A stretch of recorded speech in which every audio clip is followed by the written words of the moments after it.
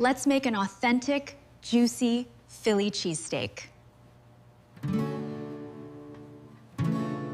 Thinly slice the steak and onions for quick cooking.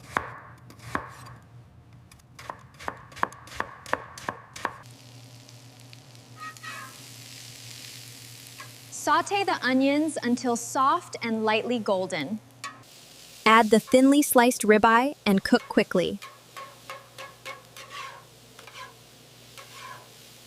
Mix the steak and onions together on the griddle.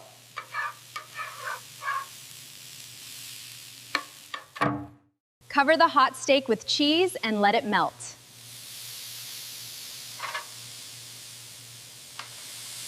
Slide the cheesy steak straight into the toasted roll.